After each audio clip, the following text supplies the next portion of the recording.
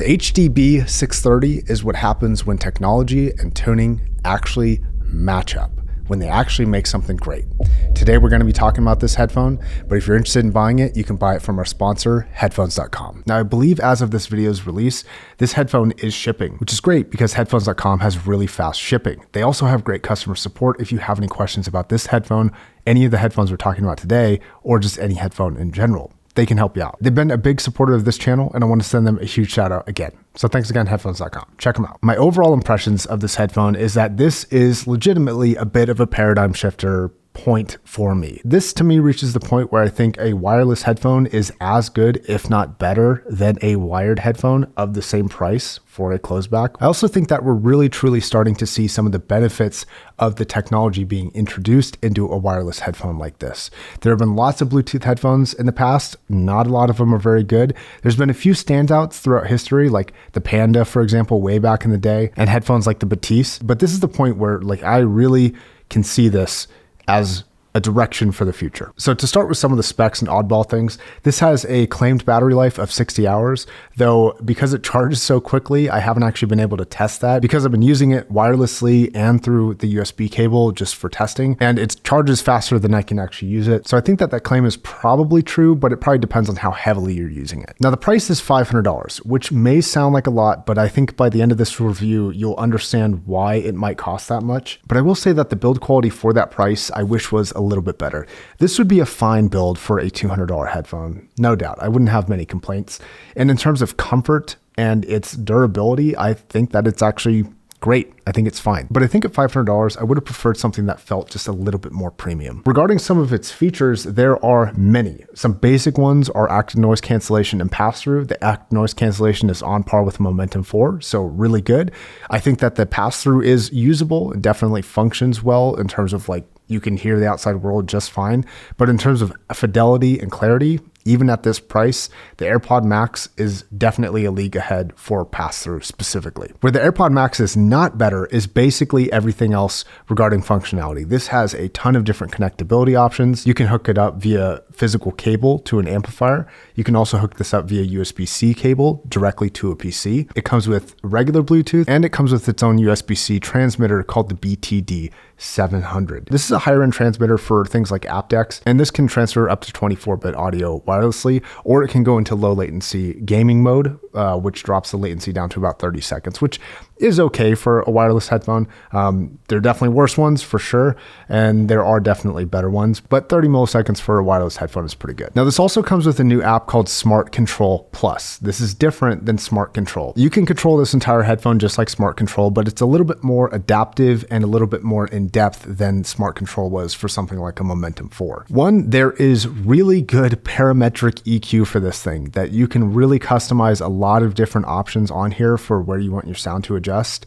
Not that I think you'll need it, and we'll talk about sound in a second, but it is much more in-depth than the vast majority of EQ options for a phone, which this does end up needing to be controlled via a phone app. Now, you can also set something that I've never seen before, which is called sound zones. And this allows you to set profiles depending on location. So if you have a studio and you want a more neutral studio sound, then you can have a studio zone. And then when you go home, it'll automatically switch to your home sound, which maybe is a little bit more fun and less reference. But by far the feature that I like the most on this app is its ability to actually customize the app. On the homepage, you can adjust the tiles, they call it, where you're kind of reorientating the position of the tiles, and you can also just take tiles off that you don't use and just kind of hide them essentially, which is really sick. It makes this a much more fun to use app than most other headphone apps are right now. Now, for a headphone that can do everything that this can do with ANC, with pass-through, with all the different EQ options, with the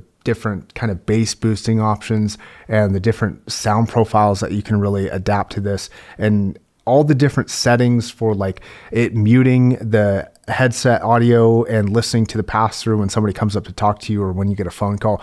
All those settings can be controlled on this headphone, which is great because that makes it super flexible, but it also makes it complicated. And I think the app does a good job of reducing that complication down to a usable, easy to understand app. So what makes this headphone great isn't the features, it's not the battery life, it's not the comfort, it's not the ANC. It's sound. This headphone, for a closed headphone, is incredible. I'm going to show you some measurements here, and the measurements are amazing. I want to send a huge thank you to DMS for measuring these independently from Sennheiser. You can find a channel link down below. Sennheiser actually produced their own measurements where they compare this directly to an HD 650, which is a reference mid-range headphone. And you can see the mid-range alignment here is ridiculous. Plus you get the sub-bass edition of the 630, which is crazy. As far as its treble performance, this is where you start to see that merging with technology and tuning. For one, the physical speed of the driver to my ear doesn't sound as fast as some other drivers.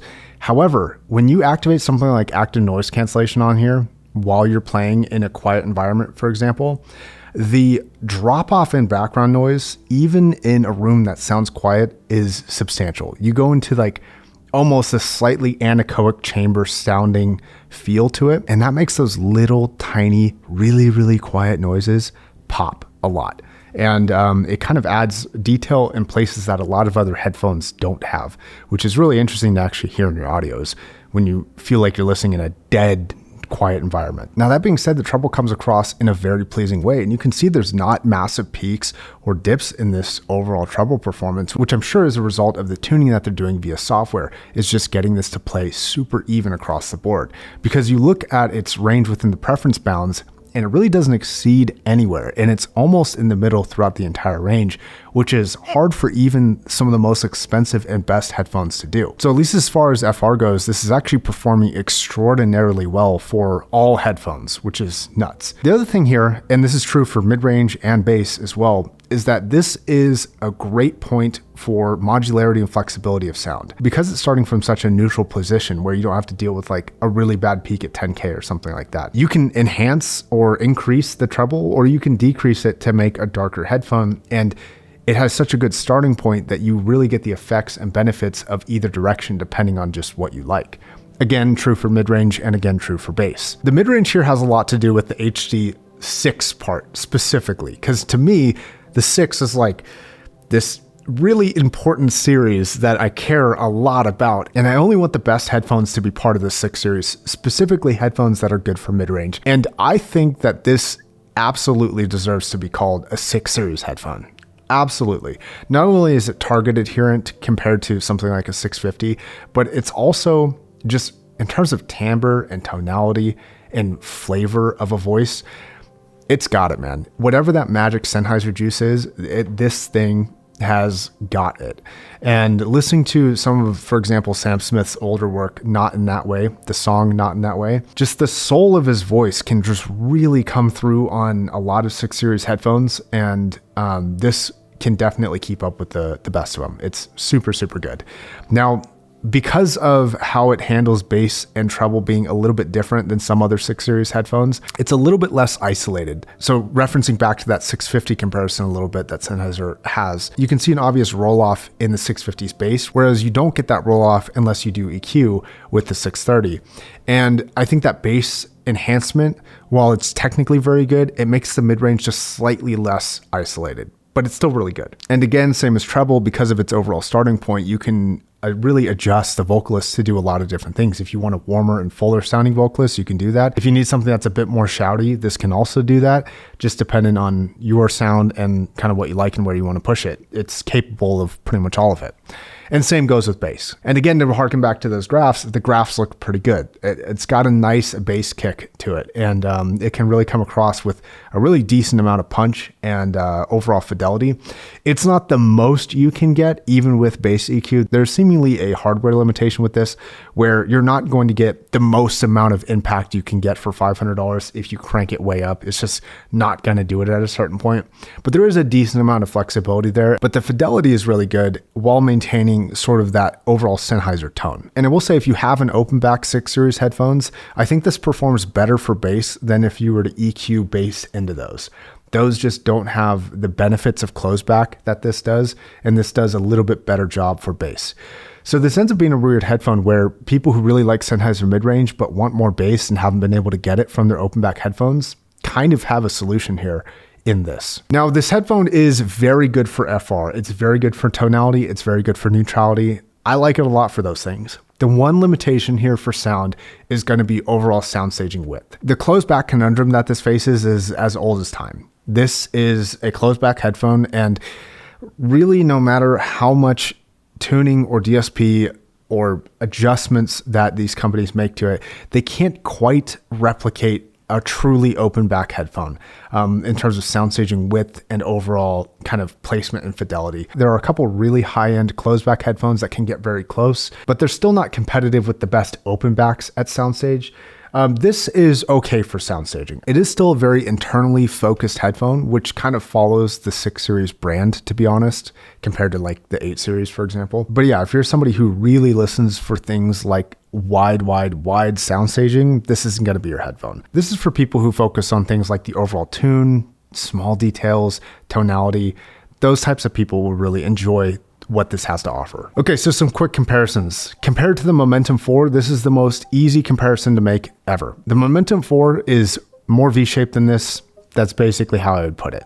You can adjust the Momentum's 4 EQ as well to some level, but it's not nearly as in-depth or as good as this one is. And the 630 is just simply put far more neutral and more capable, and thus the higher price is somewhat justified for this.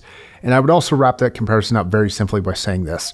The 630 with tuning can sound like the Momentum 4. The Momentum 4 with any amount of tuning will never quite sound like the 630. Another competitor would be the Focal Batiste. Now, not only is the Batiste more expensive, but personally, I just would never own that headphone. It doesn't appeal to me personally. I can recognize that it's good at the strengths that it's good at, but I think that this is just a superior headphone in almost every capacity. Simply put. Now, I don't want to take away from what Sennheiser has done here at all, but I think that two things are very true for consumers. They are always asking for better, and they're always asking for cheaper. And this is definitely better, but it's also more expensive. I think that they have a crazy opportunity here to absolutely dominate and kill the market. A chance for Sennheiser to be the only name out of people's mouths for a closed back headphone that they recommend, even a wireless one like this. And that's just make it cheaper. If this were $300, it would be the next HD6XX. It would have that name recognition with it. And it would be at the top of everyone's recommendations list for a long time. No one right now is even close to this thing. Now, are they gonna do that? Probably not. But if you're listening, if you're looking for my input at all, Sennheiser, $300, this thing would be just an absolute no-brainer. It'd be really, really great. Now, maybe that's not feasible. Maybe the technology in here really does cost enough to justify the price tag. But if you can, I think now more than ever, especially through this holiday season, cheaper is going to really kind of earn the hearts and minds of people. As for the $500 price tag, honestly, and this is why Sennheiser's doing it, I think it's completely justified. There's nothing in this league that is this price, that is this good. A lot of their competitors are either more expensive or worse or both. And so, yeah, in some cases right now, at its asking price, it is worth it. I think that if you don't mind a V-shaped sound or just only listen to a V-shaped sound and you want cheaper, the Momentum is a great headphone for sure.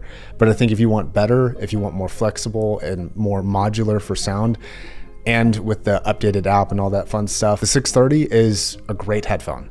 So thanks, Sennheiser. Thank you for watching, and make sure you check out our sponsor down below if you do want to pick this up. I believe they're shipping it as of this video, and they have really fast shipping, so check them out. Thanks a lot.